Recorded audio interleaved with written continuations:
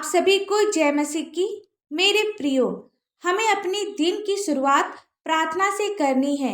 जब हम परमेश्वर से प्रार्थना करते हैं और अपने आप को परमेश्वर के हाथों में सौंपते हैं, तो परमेश्वर हमारे जीवन को नियंत्रित करता है।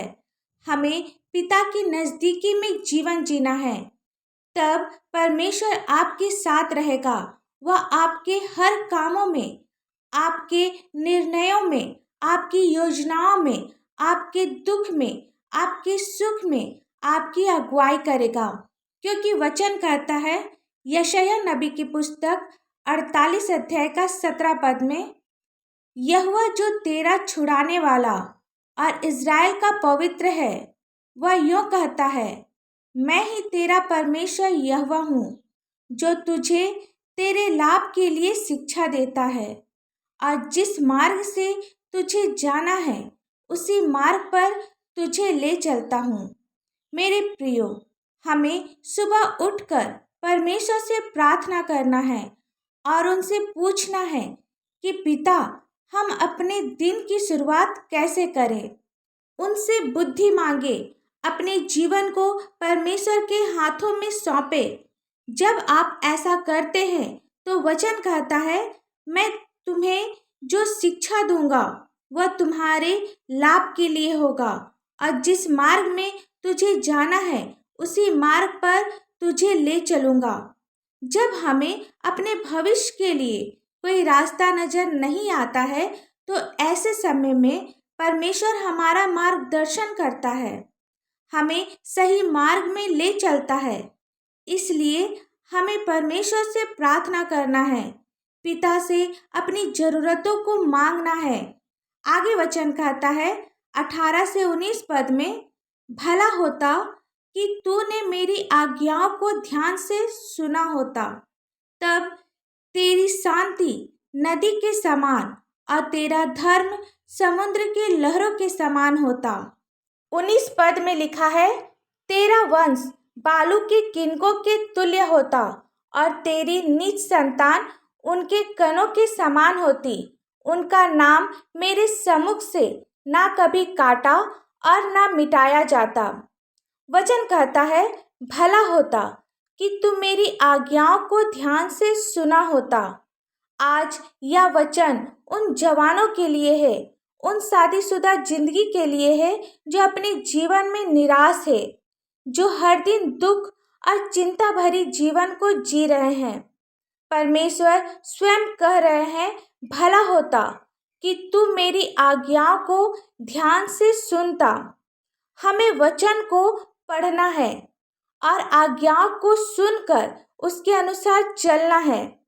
तब हमारा धार्मिक जीवन समुद्र के लहरों के समान होगा और हमारा अशांत मन नदी के समान शांत होगा। यह वचन हमारी जिंदगी को सुखी और कामयाब बनाता है। आगे वचन कहता है, तेरा वंश बालू के किनकों के तुल्य होगा। जब हम यहोवा की आज्ञा को मानते हैं तो हमारी संतान अनगिनत होती चली जाएगी, जैसे रेत के असंख्य कण। जब हम यहोवा की आज्ञा को मानते हैं तो हम नष्ट नहीं होंगे, बल्कि परमेश्वर के साथ हमेशा हमेशा बने रहेंगे। हमारा नाम परमेश्वर के सामने से ना कभी काटा जाएगा और ना मिटाया जाएगा। आप विश्वास करें, हमारे पास महान परमेश्वर है, वह आपके साथ है। जब पिता हमारे पूरे दिन को अपने हाथ में ले लेगा, तो हम पूरे दिन उसकी आशीषों को अपने जीवन में प्राप्त करेंगे और आप कहेंगे कि आज पिता ने पूरे दिन अद्भुत कार्य को मेरे जीवन में किया है। आप अपने जीवन में आश्चर्य कर्मों को देखने पाएंगे। हर दिन आप नए बनते जाएंगे। आप विश्वास करें, यह वचन आपको आशीष दे। आमीन। आइए हम सब प्रार्थना करें। धन्यवाद धन्यवाद धन्यवाद हो पिता परमेश्वर। Hallelujah hallelujah hallelujah. स्तुति स्तुति स्तुति हो राजा के राजा, प्रभु के प्रभु। पिता, हम सभी आपके सम्मुख आते हैं पिता, आपकी उपस्थिति में आते हैं, आपका धन्यवाद करते हैं, आपकी स्तुति करते हैं, आपकी प्रशंसा करते हैं। आप हमारे हर एक पापों को क्षमा कर पिता। आज आप अपने बच्चों के जीवन में कार्य कर पिता, इनकी परिस्थितियों को आप बदल पिता, क्योंकि तू सब कुछ बदलने की शक्ति रखता है पिता। छुटकारा देने वाले पिता, मदद करने वाले पिता, चंगा करने वाले पिता, हम आपका धन्यवाद करते हैं। धन्यवाद धन्यवाद धन्यवाद हो पिता परमेश्वर। Hallelujah hallelujah hallelujah. राजाओं के राजा, सेनाओं के यहोवा, हम आपका धन्यवाद करते हैं। हम सभी आपके संतान है पिता, हम सभी ज्योति के संतान है पिता। हम अपनी आत्मा प्राण आपके हाथों में सौंपते हैं पिता। आप हमें स्वीकार कर पिता, अपने बच्चों को उत्तम से उत्तम आशीष दे पिता, अपनी आत्मा से भर पिता।